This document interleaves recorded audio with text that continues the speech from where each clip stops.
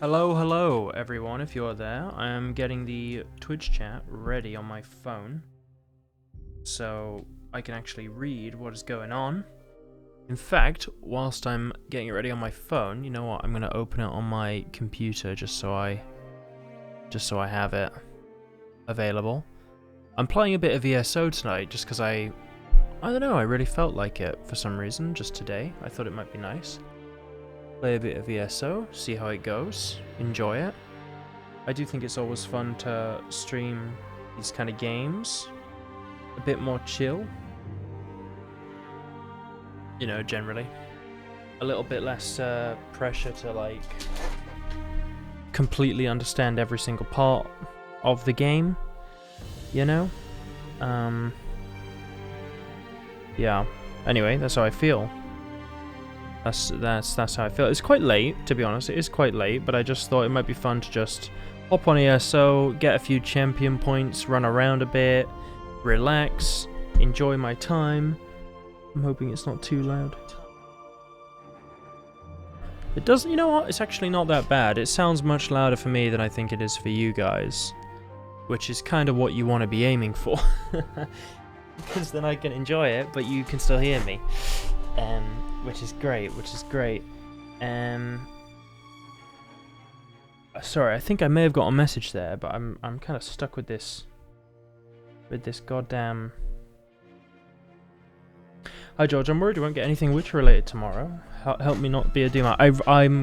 Let's be positive, there might be something. Do you know, I'm going to this thing tomorrow, which I've already booked, so if there is anything Witcher, I might not be like live covering it, depending on when it comes out, but rest assured, if anything does come out, as soon as I finish with my thing, which should be around 6 to 7 PM UK time, so like 3 hours earlier than now, I'll be straight on to talk about that. But I do hope that they cover it. You know, I think that would be great if they do actually say something. And if not, you know what? I'll hop on and we'll talk about that and complain about it. I think that's also kind of fun to do. So I just want to say I'm already on here. So look at that. I'm so prepared today, which is great. Just gonna play it so I can actually see it. Should be fine. But you know what? Let's be positive. I'm sure there'll be some Witcher related things. If they have Witcher 3 stuff, that'd be great. If it shadow drops, I am absolutely not ready to play that. The Witcher subreddit's the most doomer-ass page I've ever seen. None of them think the DLC is real. Really? They don't think it's real? Well, they just think a bunch of, like, this circumstantial stuff has come out. You know what? If it is the case, I will feel bad because I have really... I'll admit, I've fallen for it. You know, this is my genuine belief. I feel so confident. It's just been this slow build-up with loads of circumstantial evidence. It feels like the Oblivion... It feels like... This microphone stand is so bad, by the way. It feels like the Oblivion remake thing. You know where like that was all coming out and then it just suddenly released and not many of us were really surprised. And the same with Assassin's Creed 4 leaks when that was all coming out. This feels like too much, you know, for it to not be real at this point. That's my feeling. At least, you know, that's where I stand on the issue generally. I'm actually just here to basically run through these quests really quickly and not really listen because I'm basically trying to actually do these quests on my high elf, but I have to do this to complete Cadwell's Gold. Complete the quest Those Who Rule. I don't even know what that quest is. Sure. They haven't shut it down, so it's gotta be. It's gotta be. I feel like at this point there would be some... even just like acknowledgement of it if it wasn't real, you know? I always feel like why it's been so many like even like legitimate kind of organizations have covered it at this point. They've done countless interviews with. So that's my assumption too, is all I'm saying. If they shadow drop it, I'm gonna be like, oh Christ, I've got to find a way to play The Witcher 3. But also, like, I don't have a save game right now. So there's a few options for me. One option is literally to like get a train, basically. That's what I'm considering. Honestly, that extreme. which is kind of doable, to be honest. I can do that. I can work it out. Good Alex Jones banner in the comments. Oh, I love Alex. Yeah, like, I don't love Alex. I love, some of the stuff he says is very just, like, outlandish. What's it called? Magellan. The Magellan speech is sort of legendary, isn't it? Just, he circumnavigated the globe with one... no, he circumnavigated with one ship the globe, something like that. He's so funny. What he obviously says some absolutely crazy stuff as well, but still funny. He's predicted some crazy things, you know. I don't think anyone's going to debate that. But, you know, if you predict enough, something's going to come true, right, is the other issue. If I just sat and threw out a bunch of... but, like, some of it is us being a trailblazer, an explorer, going into space, mathematics, quantum mechanics, the secrets of the universe. They're making the frogs, and they actually maybe were, which is what's crazy. But not necessarily, but like a little... it's the way he phrases it makes it sound like a certain way when it actually is like much less than that, you know. But it's weirdly like, why am I unable to jump up here and he was able to do that? Oh, there we go. Kind of embarrassing, you know. Begone, bandit. Sure. Then when you good. I'm gonna kill someone and help in time.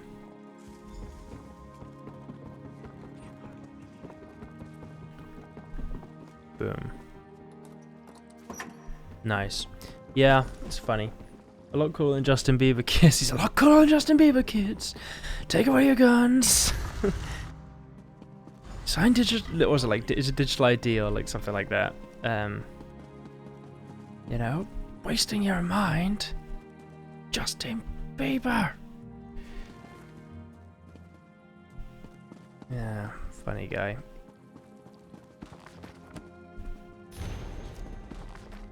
Love, I do think he's funny. What? Oh, the guy killed him before me, right? Oh no.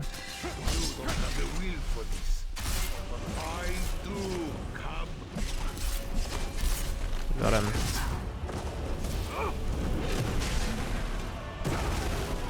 Oh, I got a lead. Look at that. Nice. I guess that's an antiquity thing, isn't it? Scurry. I can scurry it. Summer has finally arrived in earnest. Oh, that's great. That's great. I mean, today, terrible rain here. And then I got a thing on my phone that was like, this time last year, and I was looking at it. I was like, wow, the weather was quite good, actually. Why is it so inconsistent, you know? It's crazy.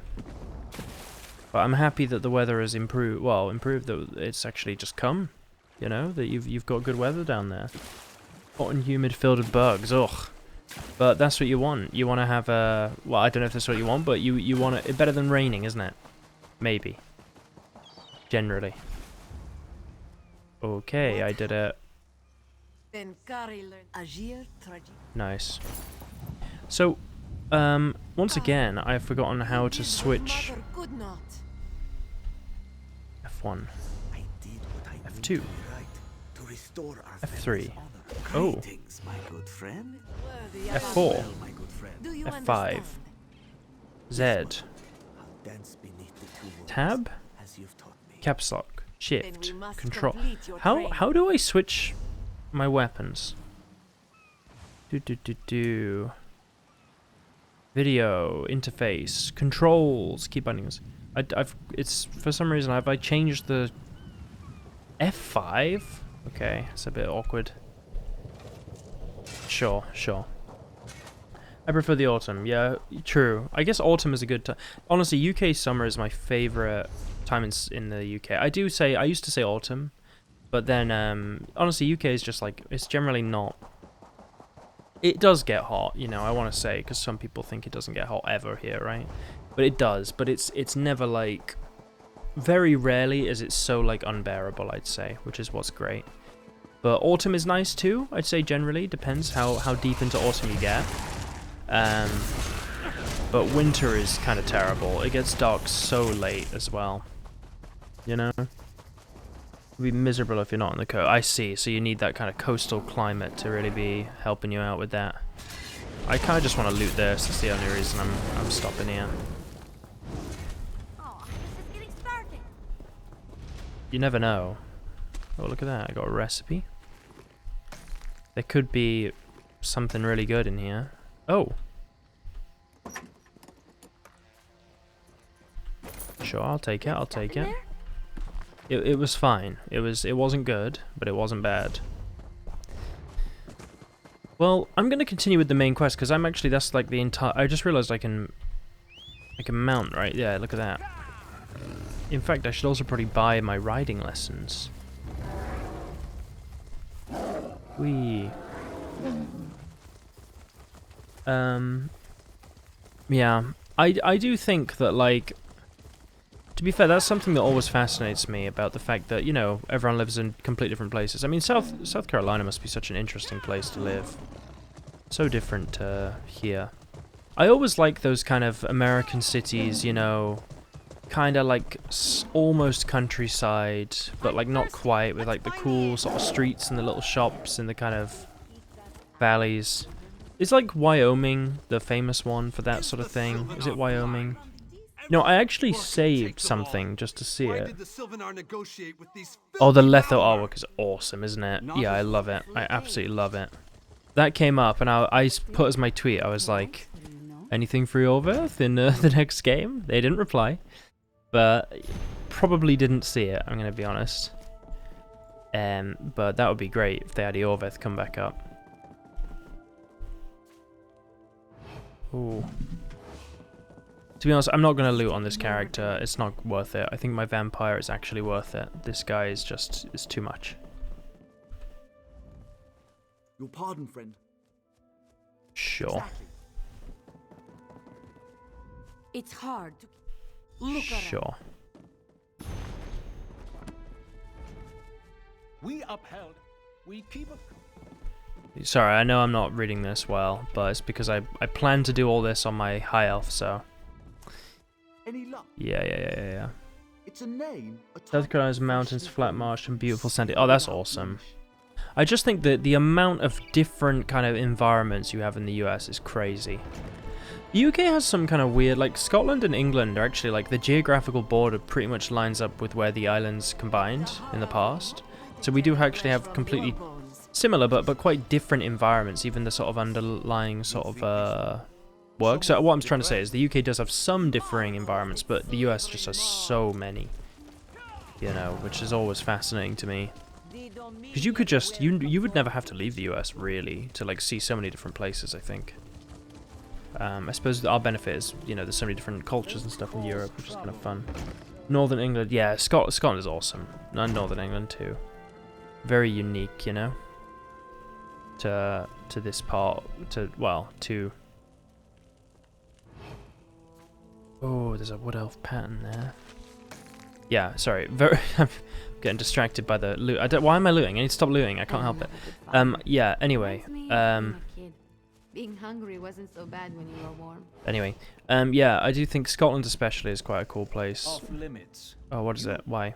Are you none of your... I like him. He looks like a snow elf almost. Look at him. Is he a snow elf? Look at him. Who are you? Are you lost? All right. Well, I'm going in. Oh, I have to sneak in. I see.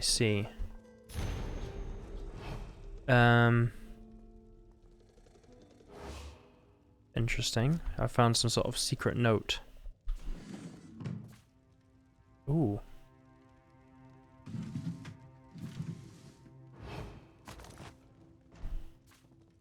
I know I'm looting again. I'm checking mainly for, like, actual useful stuff, but there doesn't seem to be anything. I found your note. Are you lost? None of your... Do I have to forge a letter? I see.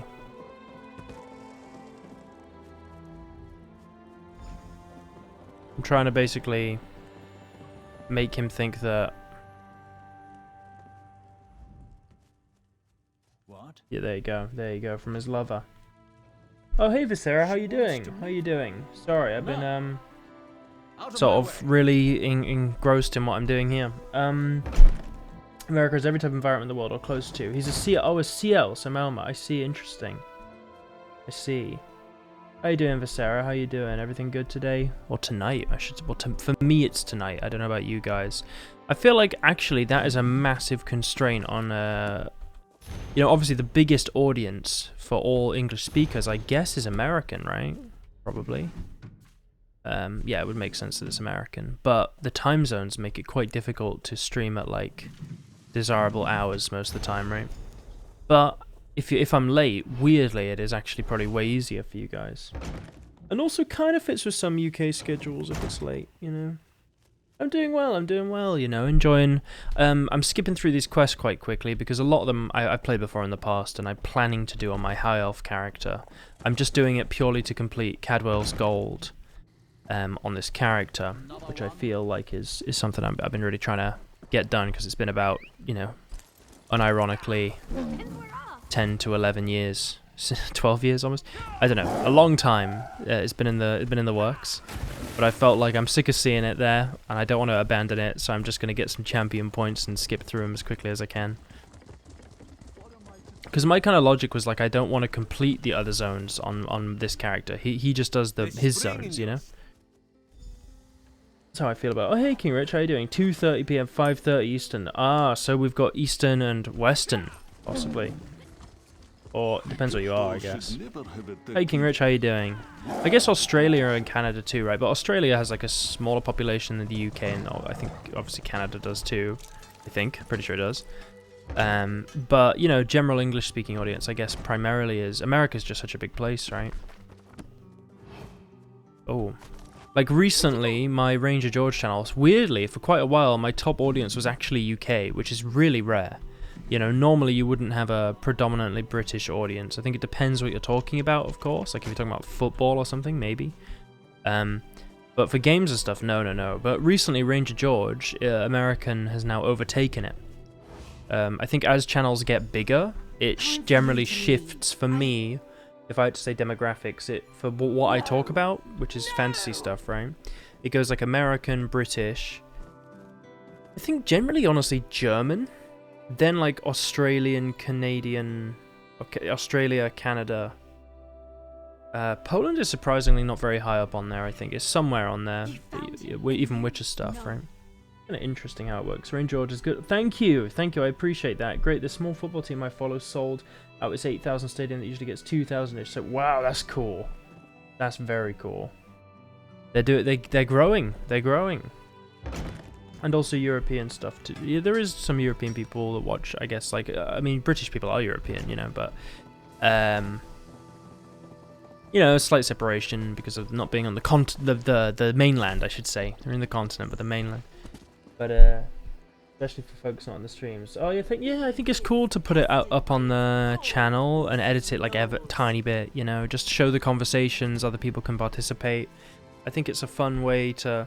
I basically got inspired to do it because I realized, like, I just was having a difficulty finding videos talking about things that I like in a way that I liked, basically. I don't like watching stuff that is too divisive. You know, I kind of want to watch like a nuanced discussion as best as I can see that doesn't have some like, oh, I want to get this chest so bad. That is like trying to have at least an honest discussion, and everyone has a different perspective on what honest discussion is. Okay, I'm going to get this as soon as he... Okay, he can't see me. I'm missing the quest slightly, but it's fine. As I said, one day it will be redone. Boom.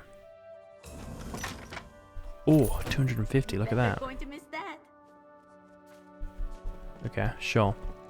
It's a good discussion. Yeah, exactly. I like the idea of like seeing comments sometimes. You know, even in the stream, out the stream. It's also like, instead of having to go and look through like a 4 to 5 hour stream to work out when X discussion happened, you can just click it. And you know, I have like a hope, a very tiny hope, that in some small way it will trickle back up to the developers. You know, not me in particular, but like, you know, there's loads of people talking about similar things, right? And if there's enough voices to an issue, they'll think, actually, you know what, for example, I don't want to get into this again, I'm just going to say it for 5 seconds. You know, the Siri thing. Oh, yeah, you know what, we should make sure our explanation sort of gels with what a lot of these people are saying. You know, not me necessarily, but, you know, the wider discussion, and you guys as well, of course, and everyone, just everyone part of the discussion, you know. And honestly, as I've said, like, I love having the streams and the YouTube stuff for me just because it's a way to talk about something that I really care about. You know, I think entertainment is really such an important thing for your, like, soul. I think it really kind of... It gives you a lot of meaning. At least for me. A lot of people, it gives a lot of meaning. And, I was watching some old Doctor Who recently just for fun, and I realized how much, without even realizing, that kind of thing has shaped my personality and the things I enjoy and the way I think about things. You know, I was thinking about, you know, the old David Tennant stuff especially, and Eccleston, David Tennant, and a bit of Matt Smith. And it really did affect me. Like, when I was younger, I realized that affected how I thought about doing things, affected, like, curiosity and being interested in things. And I thought about the same stuff with, like, Van Helsing, and how that got me very interested in, like, these kind of stories, and obviously Lord of the Rings. And I think that, like, when you see these amazing IPs and these amazing stories becoming, like, something that you don't recognize, and it's not just this process of getting older, it's having new people obviously come in and ideas change it, and trying to be as objective as you can and give advice that you think might help it. Witcher, of course, as well, as a big one.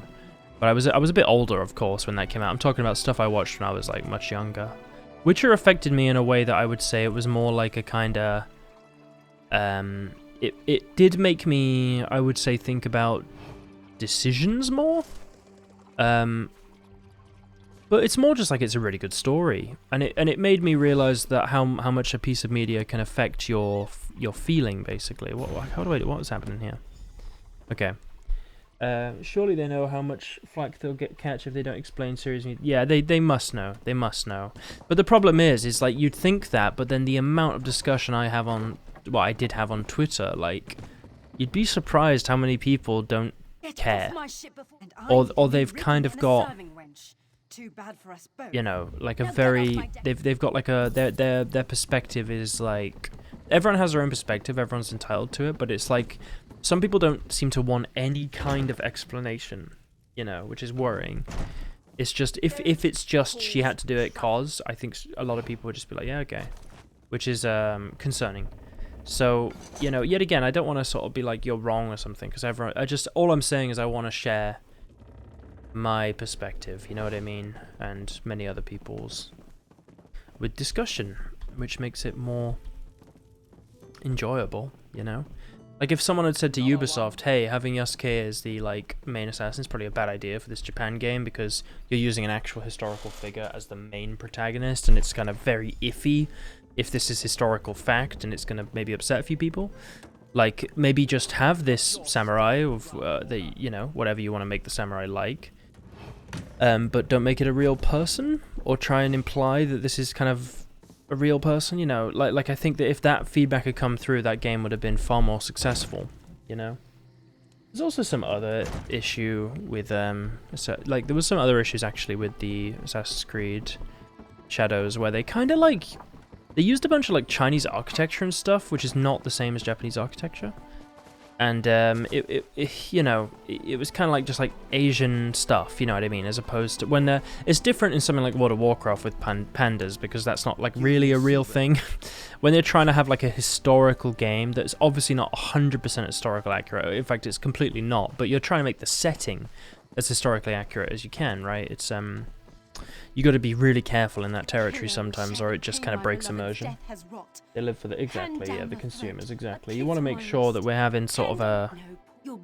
Yeah, again, I feel like you can always find a problem with anything, and that's something I'm always trying to be careful of, because I don't want to just be like negative for the sake of it. I'm trying to really... That's why I actually think like...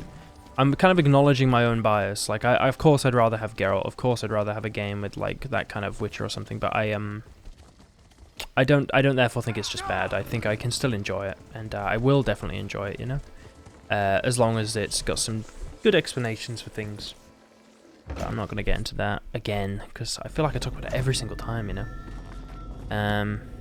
Oh, this is creepy. Did I destroy it? Hang on, I'll loot first, just while I have the opportunity.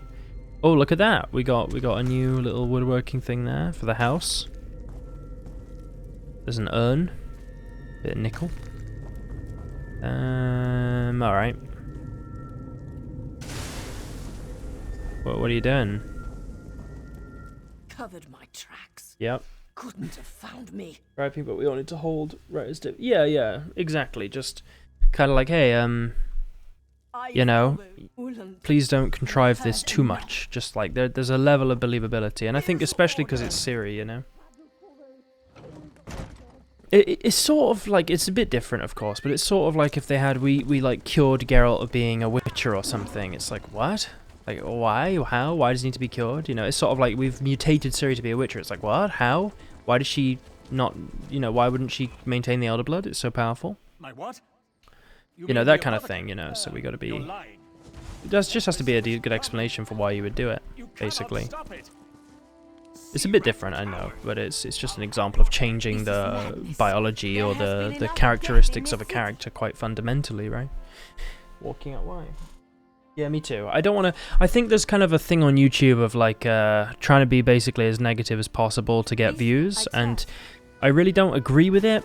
I think that you can get people watching by having hopefully engaging discussions where you're trying to be like nuanced about the thing, right? Not just like X thing is bad, it's bad, it's bad. You know, I feel like you gotta be careful to think about like, is it actually bad or is it just a change I disagree with? You know what I mean? Move.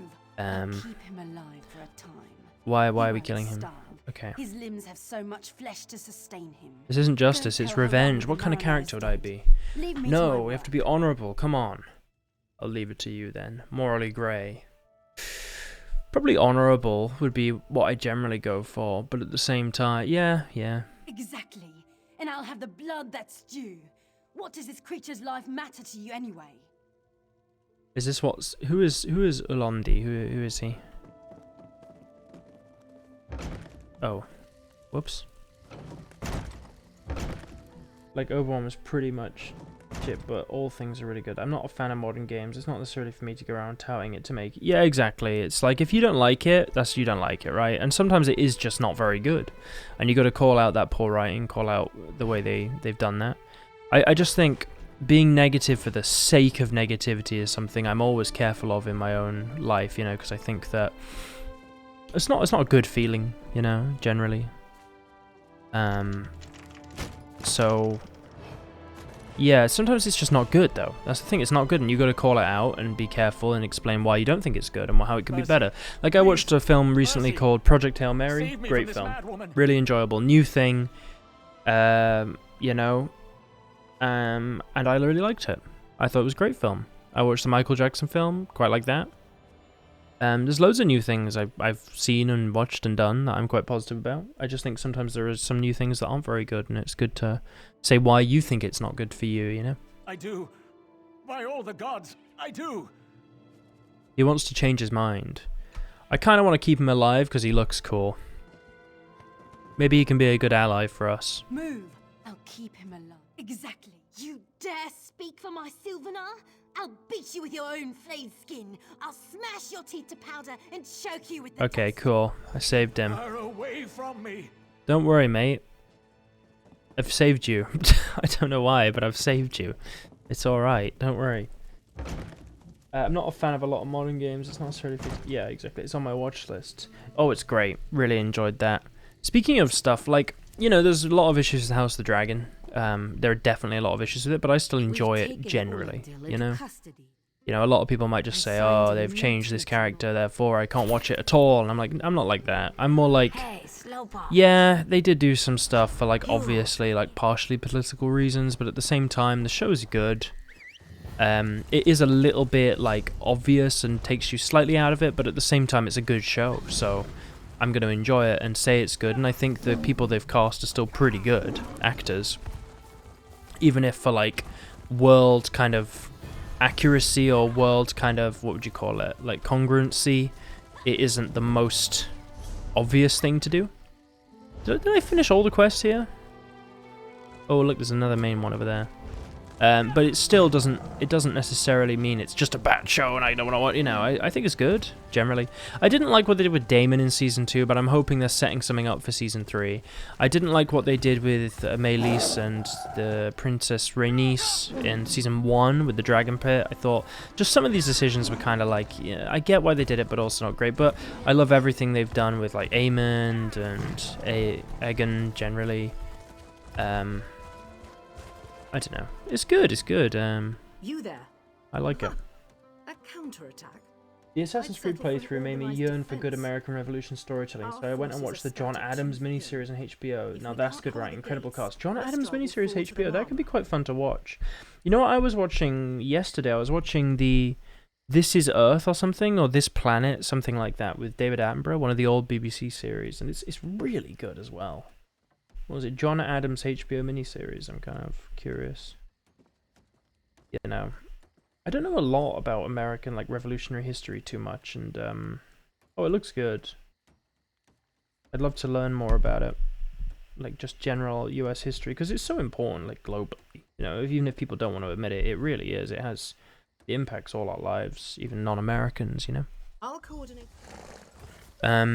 You know, every country's history obviously is important to a degree in certain ways, you know, just especially for British people, you know, America has such a control, I don't know if that's the right word, of our kind of like, you know, we can't fire our nuclear weapons basically without US permission. US supply all the parts for them, US basically like supply all our military we have more admirals in the UK than ships now, which is a crazy statistic.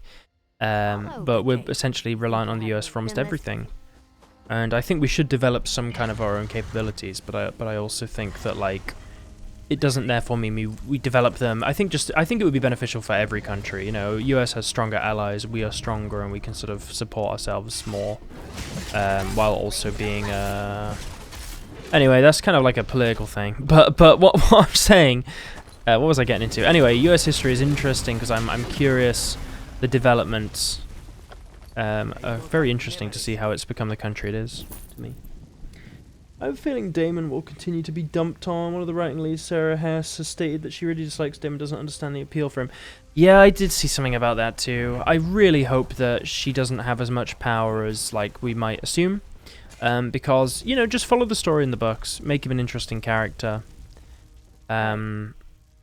Make all of them. I don't know why it has to be like one character I don't like, therefore has to be hated by the fan base or something. And I hope that's not it, because she could be mischaracterizing, right? I hope not, unintentionally. Just have all of them have like interesting good parts, bad parts. I've got to be honest. There was one thing that I was, you know, I'm not like disagreeing with. It was just very like kind of unexpected. It was when Rhaenyra, and I forget her name, but she's like, my opinion, probably the worst actor in the show, and I don't think she's actually a bad actor. I just think the accent she's gone for is basically not like a real accent, and it's very obviously not a real accent. Is she called like the snake or something? I forgot her name.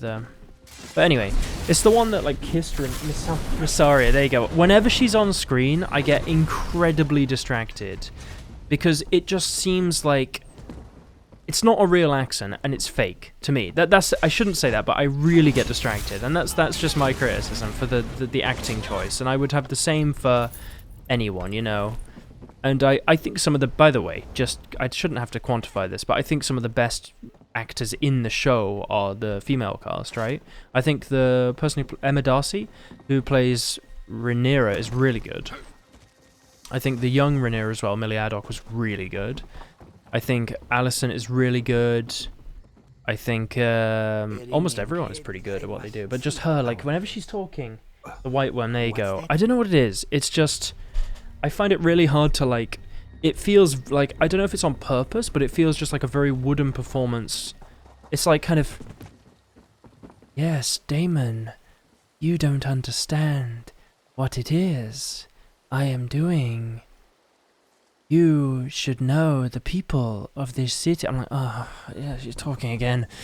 Like, it's like, it just, yet again, I really liked Shay in original Game of Thrones. She had a sort of like, you know, not a different type of accent, right? But she still was really engaging to watch, and she was really emotive and interesting. I just think there's something about the White Worm that it just doesn't feel like a real person. Like, almost. It's too much. Rhaenys is my favourite of the... Yeah, she was great too. She was really good. They're all really good. You know? Really good, really good. I just think she distracts me. I don't know what it is. And it's also, her story is kind of like... It's kind of in the background, right? Like, she starts as Daemon's kind of prostitute. You know, I don't know if that's the correct term, but it's essentially what she is, right? And then he pretends to marry her, and she gets kind of mad, and then she goes and somehow consolidates a bunch of political power. And I don't really know how, but she did, and I kind of accept that. That's fine. It's not such a big deal. I just accept somehow she did. She managed to consolidate a bunch of political power, and now she's kind of well known. Aegon and Otto, they're great too. Rhys fans and Tom Glynn, Carney give him the best performance of the shoot. It's all really good. Like, really, just all of it is great. Do you know who I thought was also really, really good? It was the young Aemond. I don't know the actor's name, but he was really good. Yeah, it's a really enjoyable show. I really, really like it, you know. It's really engaging. Very interesting. I think everything with Daemon and Harrenhal was a little bit weird. That's the only thing. It just felt like he was doing nothing. I was getting that kind of, you know, the Game of Thrones, like, my queen, you know, a bit like that. I was like, oh no. He's just not doing anything, and nothing's happening. And I was kind of this perspective that Season 1 was supposed to be, like, a little bit less interesting, because all the stuff is starting to get set up, right? And then you get to Season 2, and now this is where it's going to start. They're going to start claiming the dragons, the war's going to start, and then actually, like, weirdly, less happened. You know? Seemingly. I feel like Season 1 definitely better than Season 2. Like, just because of Paddy, though, he was incredible as Viserys. He was so engaging. He, like, was the glue that held all of it so together. I love the time skip. I love that kind of the children growing up and becoming their own people and becoming important kind of political figureheads and seeing the family disintegrate. That was so much more engaging than, like, almost anything in Season 2. The only cool stuff in Season 2, main cool stuff, was the dragons, right? Of course. Just the dragons are cool. I love how they claim all the dragons. I think everyone they got to play, like, what's his name? What's his name again? The guy that claims... God, I'm forgetting the name of it. He claims... Hang on, there's loads of different dragons. What are they all called? There's... Oh my god, I've forgotten the names. I have tons of problems with it, but I'm hardcore book guy, so I'm annoying about it. I get that. I think for me, I haven't read Fire and Blood.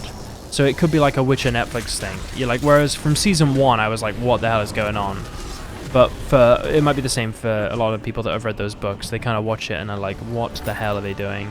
But for me, like, you can maintain a kind of weird objectivity, I guess, when you're not like a book reader, because you're just judging it based off what's happening. But there was some really, like, questionable decisions that I'm guessing weren't in the books. Like, Rhaenys, you know, flying out of the dragon pit was really weird. You know, there was some odd things that happened for sure. The cannibal is always stuck in my head. Oh, yeah. He's cool. The cannibal's one... What are all the dragon names? Rhaenyra has... not Sunfire. Is it Sunfire? Or is that Aegon's? Oh my god, I've forgotten all the dragon names. I remember Caraxes is Daemon's. Meleys is Rhaenys's. Balerion was Viserys's before, you know, died. Vhagar is Aemon's. Sea Smoke. That was I've forgotten his name. The husband of Rhaenyra before, and the son of Lord Corlys. What are the three that they claimed? Is it Silverwing or something? Is it Silver something? Silverwing. There's a giant one. Rhaenyra has Syrax, that's it. So Sunfire is Aegon's. And what's the three that were claimed? So there's Cannibal we just talked about. There's Silverwing or something. Sea Smoke, of course. But then what's the other one? The really big one who's awesome. claimed by the Hammer, whatever his name, something Hammer, who looks a lot like Witcher George, by the way. Vermithor. There you go. Vermithor. There you go. Good. I've forgotten so many of these names. Okay, apparently I've finished the quest line here. Have I finished... How is Cadwell's Gold looking? I think show me another part of Cadwell's off me. Show on map. But how do I complete Cadwell's Gold? Oh, hang on. Map completion. Okay, so I've finished all the zone story quests. I think I also have to do Oreadon. Oh, I've done the story quests. Okay. What do I have to do for this? What do you think happened? There must be some kind of like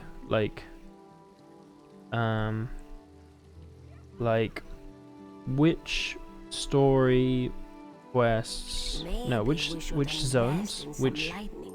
Yeah, maybe. Which zones for Old Merry Dominion? I'm just gonna make sure which ones I haven't got. Because then I can just, you know, focus on leveling up the other characters, I guess. ESO, Cadwell. I'm checking. It says I need to do Kenarithi's Roost, which is what I'm currently doing down here. Done. Oreadon, which I just checked, I'm done. Gratwood. That's here, isn't it? I've done the story quests. Okay. Green Shade. Okay, I need to do Green Shade. Green Shade, Malabtor, Reaper's March. I need to do Green Shade, Malabtor, Reaper's March. Okay, I'll do Green Shade next then. That's the next one I need to finish. Sure. Nice, then I'll finish Cadwell's Gold. That'll be real exciting, actually. You know what? I'm just gonna fast travel over there. I'm gonna spend my money. Yeah, I know it's free, but I don't wanna walk over there. Saving my time. Time is money, friend. Don't know where I got that from.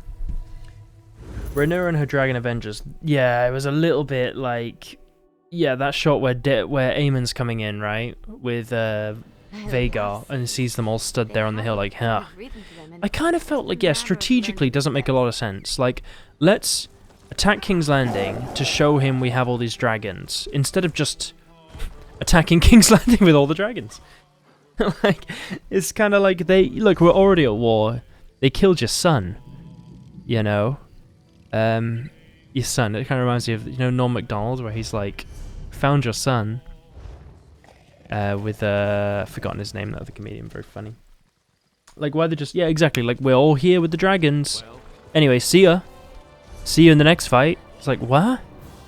I get that it looks cool, but also, yeah, like, strategically, terrible decision. It's like Rhaenys being like, haha, I'd burst out the dragon pit. I could kill all the greens now, stop a war that kills so many people. Nah, I'll leave it. It's fine. Everyone's alright, right? And it's like, no, Rhaenys, like, you could stop the war. And it's like, oh no, because it's not her war to start. It's like, it's very, like, noble of her to let everybody else die. I'm just gonna do that. I want to get full. I got full movement speed after so many years. Yes. Bob Saget, that's it, about Dean Martin. Yeah, so funny. Like, I went up to him and I told him, I said, I found your son. I love that. So funny. Pull that writ. Pull that writ. Pull that writ. I want to do my craft. I keep forgetting to do these every day. Right, what have I got to make? Rubedite Greaves, Rubedite Sword, Rubedite Cuirass, Clothier, Ancestor Silk Robe, Epaulettes, Breeches, Restoration Staff, Shield, and some other stuff. Let's do that. Why not? So we got clothing, blacksmithing, woodworking is not here. I found your son. I want to do like a Norm Macdonald reaction on the stream. I don't think that's going on YouTube, but I just... It's so... I love the man great. Love them all. Oh my god. 2 day... Oh yeah, true. All dead. It's very sad, isn't it, actually? The man great is one of the funniest things I think I've ever seen in my life. If you don't know, by the way, sorry, this is a bit like, if you don't know, it's probably just like, what are you talking about? Basically, they did this ad read on this kind of podcast for this kind of really terrible product, basically. and they know how bad it is, and they're selling it in such a terrible way, you know. So they'd be like, you know, oh, have you heard about the Mangray? And they're like opening it up, and it's so like heavy, and they're basically just it's one of the funniest. It's really hard to explain, but it's one of the funniest things like I've ever seen. Honestly, for me, if I watch that, I always laugh. There's certain things if I turn on and watch, I always laugh. That is one of them.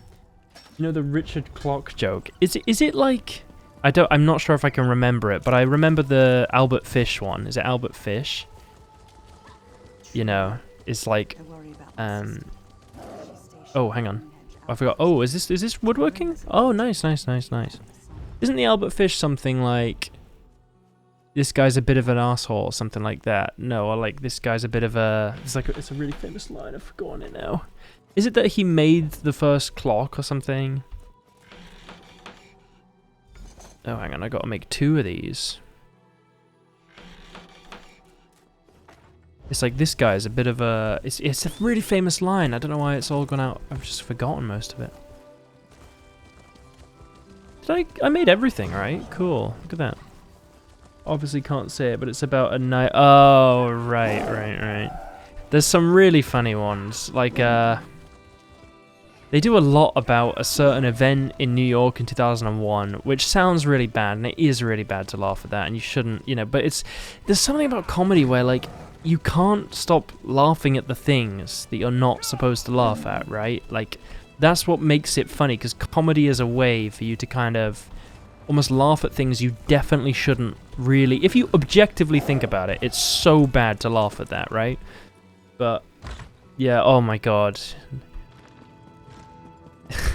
You know what ranked worst for airline satisfaction?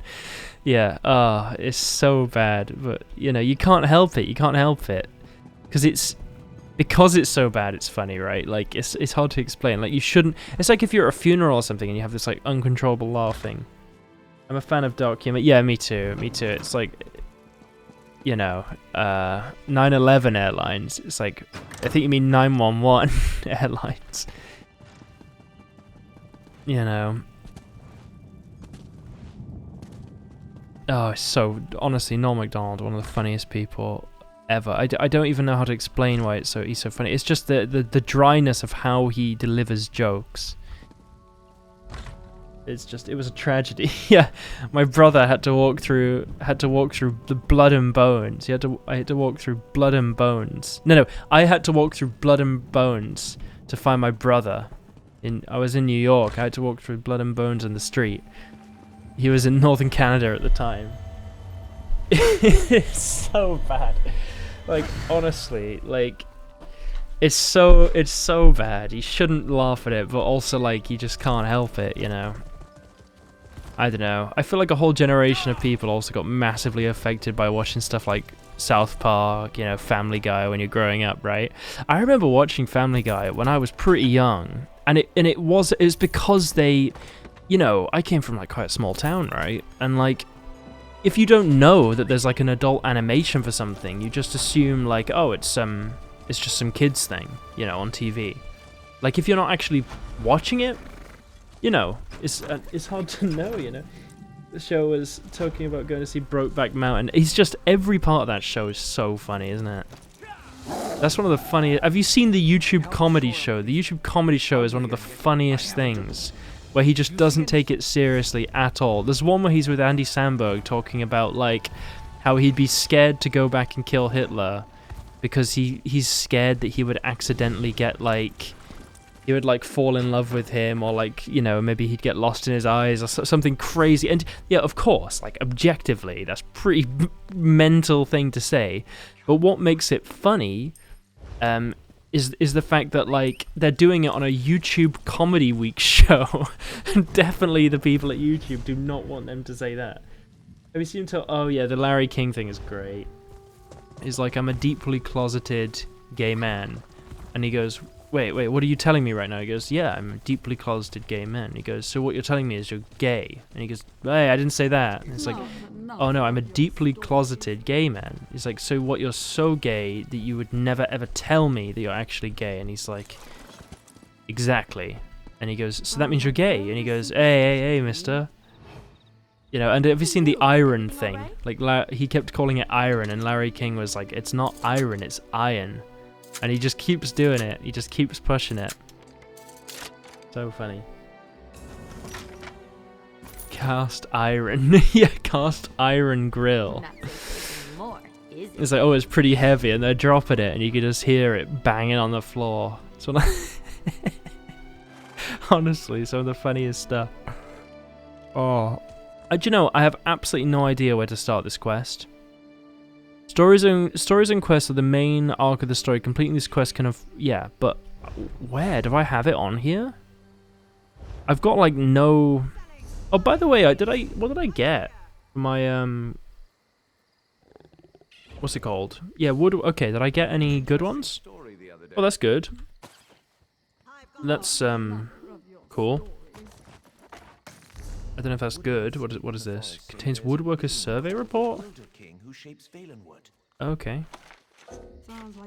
Okay, cool. Can I open the other ones? Blacksmithing crate. These are good, right? Oh, I got a lead. Oh, and a tempering alloy. That's actually worth quite a lot. I'm getting pushed along right now. Oh, I got a lead. Allows you to scurry for the frog metal buckle. Antiquity. One of 5 pieces of the Shira Bane's ward. Okay. Shipment of ingots as well. That's actually quite good, you know. That's not a bad thing to get. Yeah, I get some more ingots too. That's cool. And then where's my... Did I get like a woodworking one or a clothing one as well, right? Cast iron grill. I'm looking for... I did the clothing one, right? I'm not like Mr... Oh, there it is, yeah. Nothing really too good. Andy Dick had him argue about the print. Oh, just all of it. It's like, you're gonna be like fucking Larry King. So funny. I don't know if this is all different quests, isn't it? How do you find the zone quest? Should I just like run around and hope it comes up in the world just naturally? I'm gonna just hope it pops up when I'm running around. I'm guessing I abandoned the quest at some point, and now I'm kind of like lost. In fact, I can probably check what quest I need to do. Audience with the Wilder King. Should I just try and find where the hell that is? Audience... That sounds kind of cool. It sounds like some sort of like... You know the book, the Where the Wild People Are? It sounds like that. Audience with the Wilder King. The Wilder King. What a name. I want to be the Wilder King. It's a 24... Okay, green shade. Ooh, but where is it? Where on the map is the Wilder King? Map. Audience with the Wilder King is located... Location? Is there any interest... Is located in the Bramble Beach settlement in the eastern region of the Green Shades Zone. Here? South of the city Marbach. So south of here, maybe there. The Bramble Beach settlement. That's Bramble Beach. Oh. Okay, maybe there. That tree symbol is possibly actually the quest. I've never seen it as a tree before, but may well be. I went down a pre-release The Witcher 3 rabbit hole last night, and it was wild how different some of the structure was to the quest, unless it was just a certain demo builder. Do you know, you're actually right. Like, some of the old... Like, let's watch a bit of that on stream. That's actually such a fun thing to watch, you know. You've made me want to go... Immediately by mentioning that, I want to now go down the same rabbit hole, and I'm going to completely do it. I'm just rearranging some stuff. Like what? Like Witcher 3 kind of. Yeah, I'm gonna have a look at it too. I'm actually quite curious.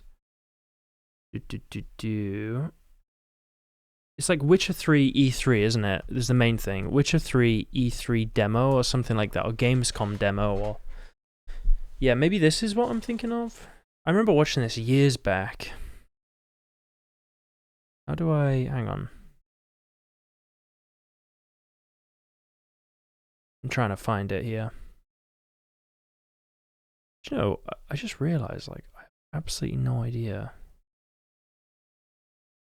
I've subscribed. Okay, some weird things. Well, anyway, sorry. Right, E3 gameplay demo, right? I'll tell you what I watched. Yeah, let me know. I know this. Well, we'll start with this at the very least because I know this is quite an interesting one. Okay. So they did an intro, executive producer. Right, so yeah, it looks like The Witcher 2, right? Like, a lot of it looks like The Witcher 2. Like, this kind of environment looks so much more like The Witcher 2 than The Witcher 3, which is weird to say that. Witcher 3 Wild official gameplay, 35 minutes is what I watched. Oh, the 35-minute version thing? Look at it. Witcher 3, E3, it's like Witcher, okay, so what, 35 minutes? 35 minutes of The Witcher 3 by IGN. Yeah, as much as people dog on IGN, they've certainly been around.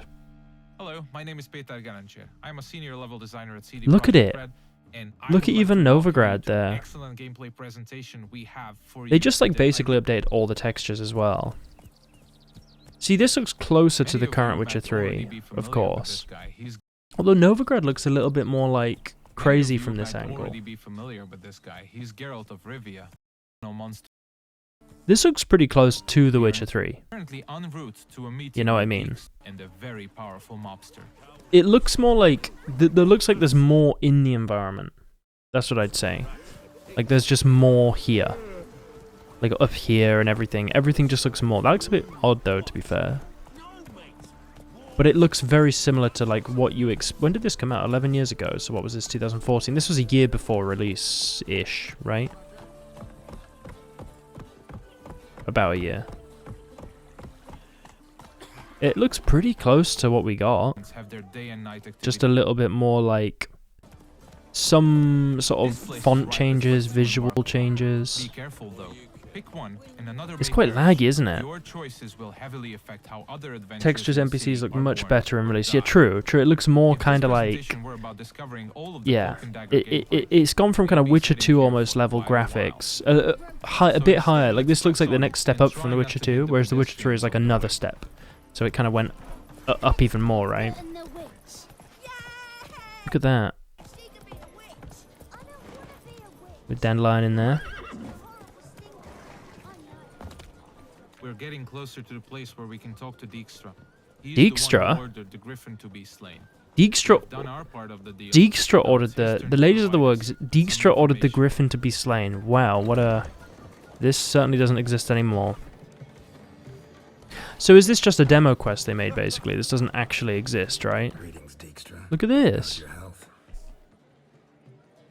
You're late. That's Filling fascinating. my end of the bargain. Yeah, the frames are absolutely getting demolished. At least they're not lying. It's hooked to my saddle. Somebody should get it. I've fulfilled my end. Crazy. As well. What's he doing in there? The Invalid. A child and lives in some burrow in the woods. Is that about Johnny? Thanks, Dijkstra. That was coin well spent. Nice talking to you. The time I was on my way. Very laggy, isn't it? Dijkstra tells us that the person we are looking for is deep south in Valence. So different there, Now it is too, only going by the inside. name of No Man's Land. She was last seen there with to get to our destination. Oh, hang on. Look at like the halflings walking around and stuff. I feel like that's not as common. Who's that? Looks almost like Siri for a second there. Look at this NPC. The hell? Like a mage or something? I think it's a demo build, but if you watch Litalis' longest videos, the original story of the Witcher 3, it's crazy how different it was. Well, it was like, there's loads of stuff, right? Like with the Orveth, and the sort of Catcher in a Plague, all of that was completely cut. I know everything was meant to be cut from Novigrad, in regard to like the Big Four, meant to play a much bigger role. I know that like even the Wild Hunt story was cut from there. I believe the World of the NL was meant to be Every more village, expensive. tower, or point of interest can be They explored really in the did cut game. so much. There are no invisible But you walls kind of to have to, limit your don't you? adventure. It was already such a massive game. Would be cool if they did like a complete edition. There's unique dwarf models too. I know. Yeah, everything is. You're right. Yeah, dwarf is a good point too. Everything is so different. Like very similar, but like quite. Look at that. Even the symbols. The map is completely different. Oh my god! Look at this. Wow. Completely different. Available to us by our preceding adventures. Like visually, Traveling to right? our destination on horseback would have taken us at least 15 Whoa. to 20 minutes at full Oh, this gallop. is just an We're quite asset. far from where we are Oh, is this headed. the loading screen? Oh, the loading screen even shows you the route you're Quite far taking. from That's where so we are headed weird. now. The map is completely different, to be honest. All right, we have arrived Yeah, in yeah, the heart original of- story of Avalok was. You're right, you're right. I think I made a video about this a while ago as well, like about how he was kind of obviously. You can even see in the original game he's meant to be the villain. It's a war-ravaged place where the only law This that is pretty exists similar. is that the strongest Velen is prevail. pretty similar, to be honest. This Slaughter. hasn't had that. This is probably the least changed so far. Shelter. Yeah, this is everything with Johnny, right? It's interesting what survives, because a lot of this survived. Help here. It's too Oh, what about, yeah, combat is interesting too. This is pretty similar. Pretty similar so far. Similar, yeah, this ain't really different.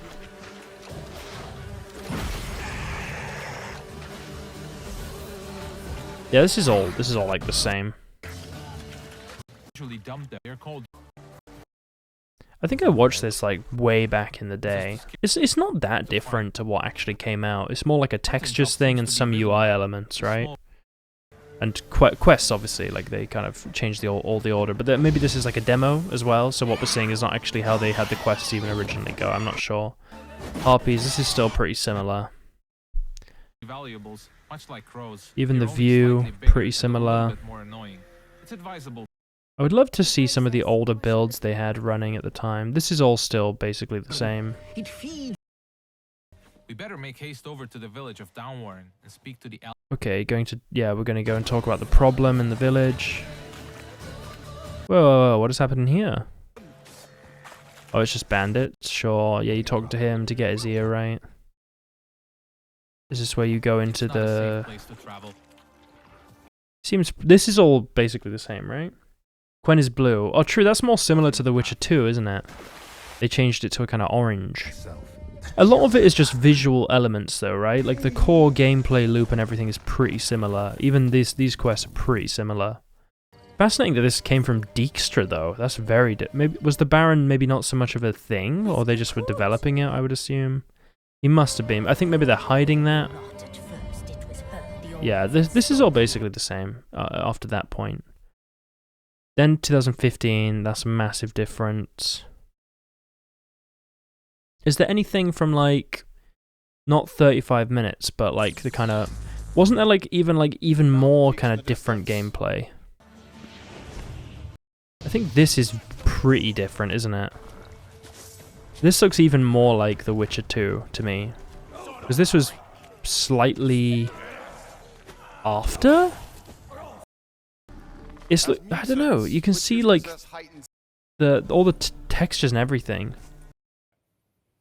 I want to see Geralt there, just hiding his face annoyingly.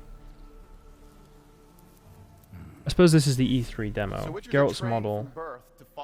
The Witcher 2 graphical version is wildly different.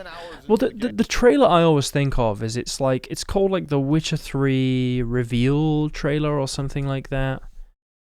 This one, Sword of Destiny, yeah, the debut gameplay trailer. Because this came out in like 2013, because it looked so different. This looks like The Witcher 2, basically, but like just updated. Nilfgaard's legions had pierced the heart. I use this in videos all the time because it's fascinating. Blood-soaked fields, This looks really Witcher 2. The one we just saw is like kind of a mix between almost Witcher 3 where we got to, and this as well.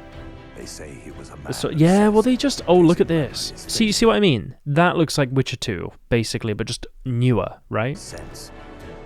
Yeah, true, they did change it. He could only follow his heart. This is very kind of like...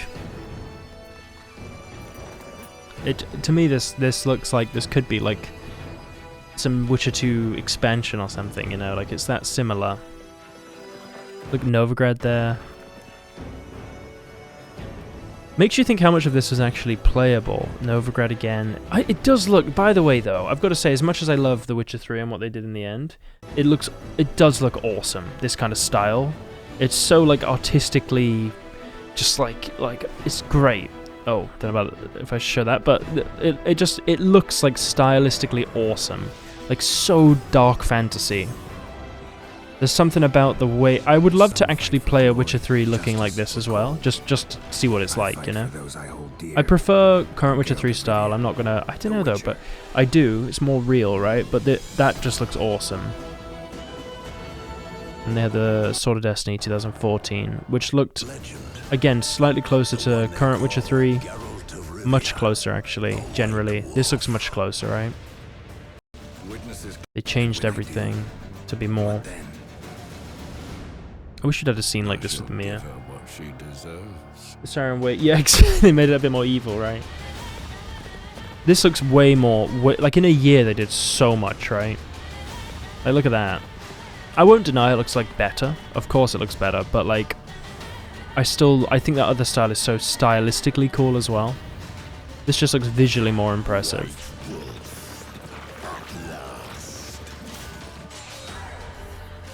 It is cool. It is very cool. You can tell how much they did in a year. It's actually crazy when you think about it. Yeah, I do think, I don't know, I like... I like The Witcher, like, 3 as it came out in the end, of course. Of course, I love The Witcher 3 as it came out in the end. But I do think there are some interesting stylistic things. Yeah, we should have got more from Eredin. Should have got more from the Wild and Enchantment. Should have got more from... Definitely Avallac'h. That's why I think the fact that they didn't fully expand upon that, I would imagine that's something they're going to explore in The Witcher 4, and if they don't, massive missed opportunity. Everything with the NL, in a weird way, like not being able to fulfill that story fully, kind of leaves quite an interesting... That's the only thing that would make me feel like, actually, having Ciri explore stuff more with that in The Witcher 4 would be quite an interesting thing, because it was left basically unresolved. Granthea got done dirty. Yeah, true. That was also crazy. He shouldn't have been defeated. But yet again, he kind of, in a sense, because Ciri became so powerful by the end of 3, right? She managed to fully master the Elder Blood, and that just shows how strong you can be with that ability, which yet again makes even more confusion between which thing, right? But we'll see. We will see about that. But yeah, Granthea there should have been far more explanation into the NL. Yeah, exactly. Dialogue. I would have loved to have seen them all out of their armor. I get the whole mysterious thing, but it just doesn't work. Like, the great thing about Lord of the Rings and Tolkien is that they do have this kind of like, Sauron is basically just not even present. He's the eye, right? That's it. Whereas they kind of went for this mixture where the Wild Hunt are kind of present, kind of not. And I feel like just having them explored as villains, and in a game it works more, right? As having actual exploration of all the NL, and the fact we go to their culture and we see how everything looks. I'd love to have explored cities in the NL, seen how they act, even just little zones. It could have been even just one like street, you know, just have a street in a city that you have to walk up and down, go into, you know, go to some places. I know it's because they were being secretive, so how would you do that? I don't know, have Geralt wear a cloak and have Avallac'h escort him and have Avallac'h put on some magic, I don't know, just to see. I don't know, you have to be careful how you do it. I completely get that, because you don't want it to end up being just like, oh, that doesn't make sense, why would they go there? But even secretly passing through, you know, going through a couple buildings, hiding between the streets, not getting caught, that kind of thing, could have been a really cool addition, right? And having some explanation or even exploration of how Eredin is now in charge and how that's been handled, and maybe some interesting discussion in that world, or seeing how Granthea is acting as like the generals, how they manage society there, just having that explored a bit, showing the human slaves slightly, that sort of thing, making them feel like, oh, these guys are like a real menace, you know, they're not just invading worlds, their world is also like quite like controlled and interesting. They have such a presence, but it feels exactly. But yet again, I always look at The Witcher 3 and think it's like comparing. You can't compare it to almost any other game. It's still for me, it's still the best game ever. So even though these are like light criticisms, overall it's still just like wins, right? Like, generally, that's how I think. You just, you know, it's like trying to see what room for improvement with the best possible game. like that's existed. Gels was really cool. Loved. Yeah, me too. Yeah, exactly. Gels would have been awesome to see more of. He was awesome. Yeah, like he didn't. But yet again, he could come up in The Witcher 4, so all this stuff could be developed. Oh man, yeah, exactly, without a doubt, right? Just there's nothing that beats it really. Nothing. For it's like a personal thing. Everyone has personal favorites, right? Witcher 3, I think if you like fantasy, it's hard to find a better game. But again, some people might have a completely different perspective on what's good, and up to them, you know? But Witcher 3 is just... I think for me as well, it was the fact that I went into The Witcher 3 having only played The Witcher 2. At that point, I hadn't really got too deep into the lore, and I remember just being shocked at like how good it was, you know? Like just how... I didn't look into any of the kind of lead up too much, I just played it, and because I pre-ordered it after watching A Night to Remember on the like Xbox YouTube channel. And it just was shocking, like how amazing it was compared to anything else that was really available at that time in that genre. Like even now, I don't know what I would compare it to. I always think of like Red Dead 2 or something like that as like the only comparisons I can really think of. But even then, like I'm not sure if it's comparable because it's comparable. You can compare anything, but it's kind of different genres, you know. I'm trying to find where this quest is, by the way, because. Apparently it's this zone. I'm gonna go into here and see if there's a quest that appears. No quest in here. Interesting. I've played or read the Witcher series, but I never felt more immersed in a game that it just takes you in, doesn't it? And then you finish it and you're like, whoa. You know, I've told this story 100 times, but the moment for me was always with the Bloody Baron. It was when it was the botch thing. I was just like, what is this game? This is incredible. Like, what if I'd killed it? I remember, I think I even maybe went back and killed it, and then realized I could kill it, and then kind of went back on the save again and was like, wow, so you can actually, like, whoa, to that extent? I didn't know, like, a major thing, you know? And then it was just after that, everything, the way the game unfolded, it was seeing the little screen pop up on my Xbox whenever they announced Hearts of Stone was coming, right? And then Blood and Wine, and thinking, whoa, you know, and then playing those, and these whole new zones, and just, it was going from places like Velen to arriving in Novigrad and thinking, this is what a city can be like in a game, and then going to Skellige and being like, this is just so different, you know, and then... You know, just everything. Everything was just like amazing. You wondered like, when is it going to end, you know? And then it did end, and you're at Kaer Morhen, and you're like, no. Something about it. Something about it. You can't get past it. I'm trying to work out. Oh. What is that? I don't want to do that quest. I'm trying to find out where the quests are here, and I have absolutely no idea. And I got sucked right in. It took me no time to understand the world. Exactly, it sucks you in, and you just think, "Whoa, this is such a unique world." I still hold, honestly, in my mind, if they made a really good Lord of the Rings game of like similar kind of quality, it could surpass it. That's the only thing I could think that might be able to manage it if they did it well enough. But yet again, The Witcher has so many benefits that aren't. Ooh, what's happening over there? It's a anchor, right? Did they destroy it? Damn it. As a quest, this is good. My brother was phrase, but Sure. Sure, I can help with that. Yeah, no, anyway, yeah, what I'm trying to say is that yeah, Lord of the Rings game could surpass it if they did it well enough. Possibly. But again, the Witcher world is just so good and works so well with that kind of realism. I think the best way you could do a Lord of the Rings game would be you'd have to have, like, you're just playing like a Numenorian. We talked about this, right? Numenorian soldier going around, sort of watching these amazing things happen, like Thingol. Oh, hang on. With then Calagon the Black and everything, and sort of being an observer and assisting with it to some degree. Wait. And just having that kind of, or being a ranger, like a full-on ranger immersive game, right?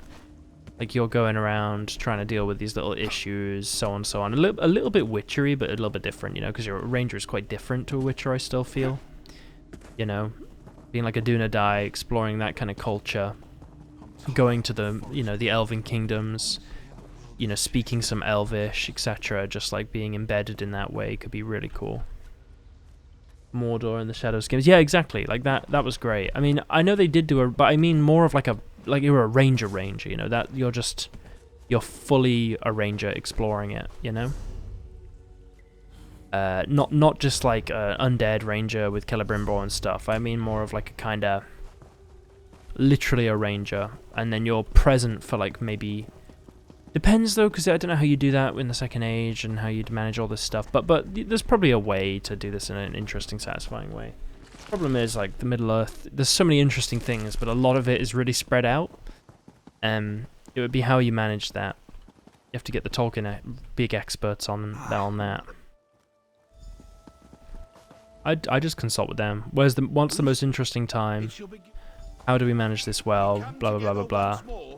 And then, see if it works. Make a game where you play as a Gondolin and elf during... That would be cool, too. That would be awesome. The Fall of Gondolin. Yeah, that would be awesome, too. Yeah, have that as, like, the culmination point, right? The very end. What's happening? Ooh. There's kind of a benefit of stuff like The Witcher, because the series is largely, I don't want to say underdeveloped, because it's developed, it's a full story, you know? But, like, they kind of could continue afterwards in a very obvious way. I think it'd be quite hard to continue after The War for the Ring, right? And everything before has sort of been outlined quite well. Maybe run to some of the Sons. Yeah, it'd be awesome. Just have all the, yeah. There is a way, I think, that it could surpass if they did it well enough. Because there's so much amazing existing material, but in a way that is slightly constraining. That's the only thing I think. It's hard to kind of continue it. You would argue pretty hard to continue at the end of the Witcher books, but they just like, oh, he's back. But if they did something like that, I feel like it just doesn't work as well with Lord of the Rings, because it's so obviously the culmination of it, you know? That I think it's quite hard to sort of resolve that. First Age Elf focus game, second, yeah, second men, that'd be cool. That'd be cool if they managed it like that. First Age Elf, second Age men, yeah, make sure I got that. It would be cool. It would be a very cool thing. And yeah, again, I don't think it necessarily has to like surpass a game. I feel bad giving it that kind of framing. It just has to be a good game. Maybe it'd be comparable, you know? Like I don't know if you can surpass, because it's so different, you know, in different experiences, but it could be just really good at the very least. You know, that's how I feel about it. Just gonna run past these guys. You know? Oh, hang on. I gotta roll up. I'm gonna try and escape here.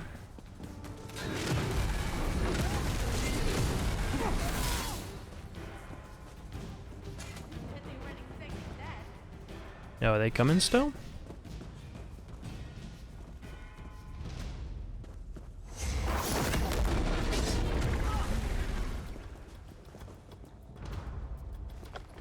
Oh, I got a ring. Nice. I want someone to explore the Blue Wizards and their dark cults. That would be cool too. Yeah, that would be cool. But just go into like, I don't know, there's certain events that like when the elves are moving sort of to the west, right? Like that's kind of hard to explore because it's kind of spread out and a bit vague, and like it takes a really long time. You could have a game that kind of, if you're an elf and you live for like a very long period, that sort of goes across the ages a bit, but there'd have to be kind of skips and everything. Which is difficult to do.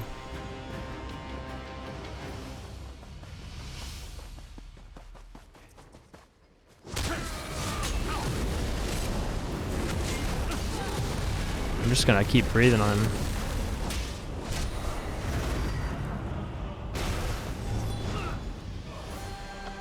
Boom. Burn orc tents. I don't know why I'm killing all the orcs here. I feel kind of bad.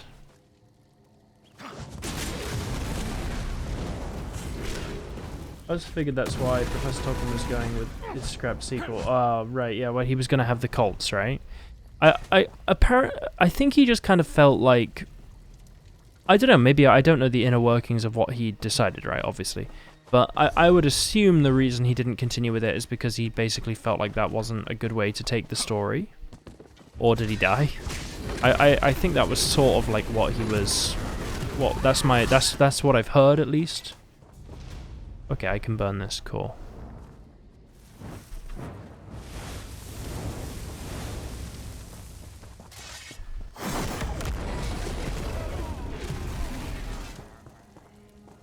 Burn it. Oh. Nice. I think it was depressing to him, too much like the world he presently... I see. Well, the idea is that essentially after the kind of all the elves leave, basically, at the end of the War of the Ring, right? And then eventually Legolas and everyone else leaves.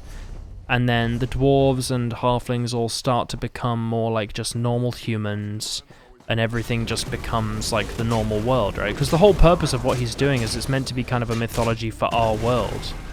Like Middle-earth is our world, right? Sort of. That's what I understand, at least. That was his kind of purpose, making a mythology for our world and England primarily, or the UK, right? Kind of to reclaim that Anglo-Saxon or British myth or whatever you want to call it. You know, that's from what I understand, and yeah, it is a bit depressing after the, you know, War for the Ring. Like, what do you really do? Like, and I think that's why you just, but there's so much in the past you can do, which is kind of what he made the whole. That's kind of what his world entails. It's everything in the past. That's what you explore. Or the actual Lord of the Rings story. But yeah, that's kind of where you go with it. And that's just a constraint of the world, I think, and you'd have to sort of respect that to really explore it well. Praise the... Okay, cool. I do sometimes think, imagine if they got like all the Lord of the Rings cast and they made like a really high quality like God of War graphical level version of just the films. Just one-for-one adaptation of like all the scenes and stuff. In like a really cool way, like those old video games they used to have, but you do it with all the voice actors, all the cast. You get mocap and stuff. You could have younger people mocap some of it, but you kind of switch between the character depending on where you get. And you just have it as like a kind of action adventure game. You know, it could be. I know the films are obviously the way you would want to do that, and it's just kind of a replacement for something you don't need to replace. But at the same time, I'm kind of like, just as a fun thing to play, I think that'd be kind of fun. And you know. Maybe you could whack in some other scenes that couldn't make it in the books, extend the timeline ever so slightly, stuff like that. The Fall of Numenor to me, devil worship basically. Oh, it would be. It's like you. I think the whole devil worship stuff is kind of. You start to realize all this stuff in Tolkien, right? Like it kind of, you know, all the stuff in ESO about like the Daedra and worshipping and blah blah blah. You start to think like, like, you can see the similarity, you know. Morgoth worship will stop. Yeah, exactly. The fading tree is yours Stop him. to protect. May the years pass quickly.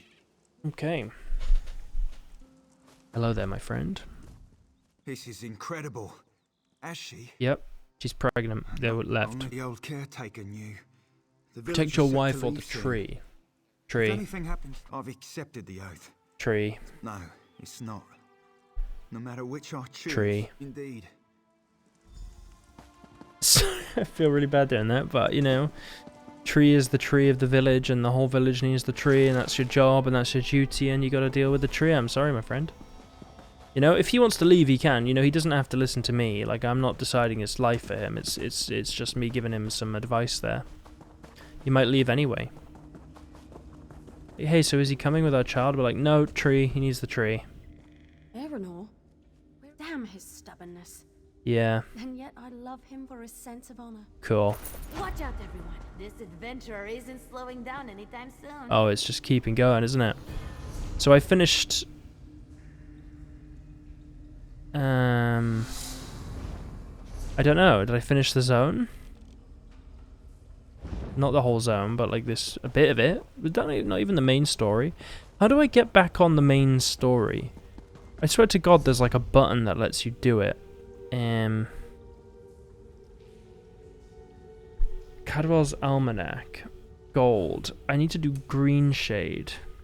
Negotiate with the Bramble Beach clan for the Dominion. I don't even know how to do that. Take care. See you later, Rich. Thanks for watching. I do appreciate it. I want to start this quest. The Bramble Beach Clan quest location. I don't know where I've lost it.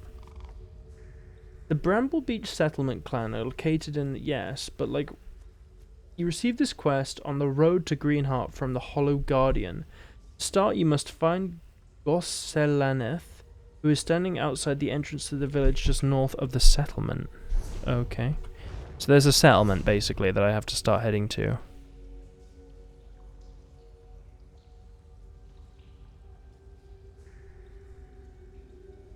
It must be this, but I couldn't find it before. Let me go check again. Because it literally says up there, negotiate with the Bramble Beach clan or something, right? I loathe Rings of Power, but I'm curious to see how they'll deal with Sauron's Melkor worshipping thralls in Numenor, and how they'll deal with the dark sacrificial stuff that goes on. I mean, I just think a lot of the issues with Rings of Power is just the fact that they basically, like, they just didn't. I think a lot of the time they don't seem to have an interest to actually adapt the thing, right? It's more like, what can I put in the thing? And then they always do that early on and embed all these issues, and then I think they kind of, a lot of the time they want to fix it later, but they've made it so fundamentally, like, they've messed up with the way the story is told, right? Oh, I want to get this. I can't get up, hang on. Yeah, that you basically, it's very hard to go back on it if you embed all these issues, basically.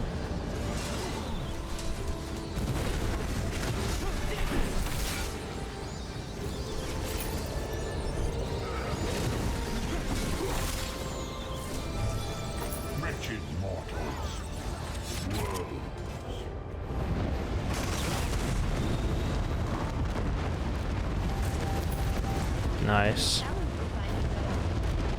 I did it. I didn't do much, but I did it. Galadriel did not need an arc lord. The character, yeah, just been Elrond. Exactly. There's just certain decisions they made that kind of messed up the entire story. And I think that just happens sometimes, you know, and it's all you can really do. You know, you gotta just roll with it, and then be like, okay, they made a terrible decision. They gotta live with it. They kind of trying to fix it, but they can't. So let's just roll the dice to a new adaptation. Let's get Peter Jackson back on. Come on, get up. You're in. You're back in. Oh, this is it. This is it. This is the mission. This is like a big quest symbol. This isn't just a little one. I found it. I found my footing back.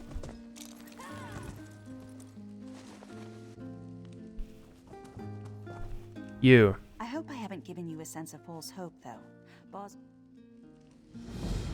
Audience with the Wilder King. This is exactly what I needed to do, this mission. You could write a book about, man, now I gotta grab about Rings of Power until, oh god, just, you can just go on forever, can't you, with the Rings of Power. But again, you know, people want to give this advice because they wanna let you know their grievances with the thing you've done that they like, which is, you know what, I think it's part and parcel of buying these IPs. Buying the IP is not simply, you're buying the fan base, right? That's why you're buying the IP. You're not buying it because, all the time, because you have such a massive interest in the IP. It's a business decision because you're buying the fan base. Oh, what's that? Totem point. Totem challenges where you can track your progress in Tamriel totem challenges. New weekly challenges are assigned each week and complete ones roll to the next week. Valuable seasonal challenges become available throughout the season. You can track a maximum 12 week blah blah blah. Okay. What I get? Claim. I got 60 gold. Wow, wonderful. Yeah. You know, I think that people always say like, oh, you know, you don't own the IP or whatever, I don't complain. But I'm like, well, why do you think they bought the IP? You know, that's a question. And a lot of the time the answer is actually for the fan base. And the part of the fan base are people that have different opinions of how it should be. Even the original Lord of the Rings, people were complaining as it was coming out and when it came out, and, you know, The Hobbit and everything. It's always going to happen. There's always going to be people that complain, but again, if enough people complain, things do change. To my court, outsider. Are these boss maps? Yes, I think I'm in Valenwood, basically, right? Welcome to my court. Yes, I've been very good. Again, not what I expected. Old Merry Dominion. To be honest, I kind of want to pay attention to these quests a little bit more, because this kind of aligns more with my character. Aligning with you would only alienate us from others. Interesting. You think we have common enemies? My only enemies are those who would seek to harm Valen. Use the other stone pillar. Okay. The one on the platform behind us. Touch that stone pillar and an apparition will appear. I am pleased to be able to... He's gonna help me. Touch the stone pillar. And then I'm gonna have to fight them to prove that I'm friends. Sure. Strike us down. Veiled heretics will always rise again.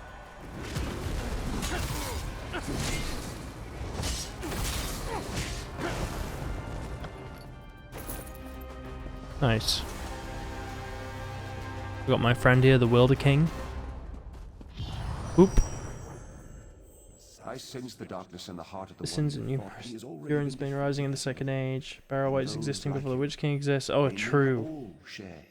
Wasn't there like some weird, like, kind of halfling that a hobbit, but they can't use the word hobbit or something? I haven't actually watched The Rings of Power, to be honest. I just, I've heard the stories and it put me off it. Very curious. I'm not inclined to consider her an enemy. Okay. She is one who has been blessed with fascinating gifts. Gifts I cannot afford to ignore. Okay, he wants to give me the memories.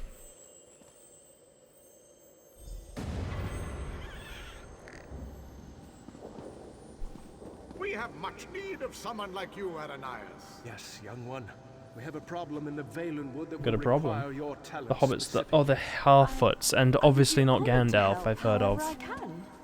Ooh. Oh, it's Gandalf, like, yep. Obviously not Sauron as well. To divide the Bosmer. The Bosmer With the weird wig. I remember the wig picture. But to a man they call Yeah, and Gandalf running around. Yeah, ugh. Killing this Wilder King will drive the Bosmer mad. He is very elusive. There's something like really interesting about, because Gandalf, he has his kind of aura, right, from Valinor, and there's a kind of a theory, or I don't know if it's confirmed really, but like that Gandalf doesn't remember anything from Valinor, or necessarily, he just knows his task for Middle-earth, right? But As you've just seen, the is it Glorfindel? I forgot the name. The elf that was last to leave, and he's like really old. I hesitate to call her an enemy. He basically, I will have more insight. yeah, he kind of recognizes Gandalf's aura from Valinor, because he's been to Valinor and back when Gandalf was there, basically. Okay, well, you know what? I'm actually quite happy with where we got to today. No, it's Gandalf. Oh, they actually confirmed it. Wow, fascinating. I'm quite happy with what I've done today. I was going to just do a short stream because it's quite late today. But thank you for watching. Thank you for watching, Tastus, Rich. You know, we had God, I'm trying to make sure I don't forget Viscera earlier as well. Anybody that's come in and out, anyone that's just chilling, watching in the background, very much appreciated. I'm going to head off now to get ready for bed. It's quite late here, and I've got to wake up pretty early. So thank you for watching. I'll see you guys next time. Very fun discussion, as always. Thanks for supporting the YouTube and stuff as well. It was very fun. Yeah, thanks for Sarah. Hope you've been alright just watching and stuff too. It's been very fun to have a chat with you all. Enjoy the time. See you later.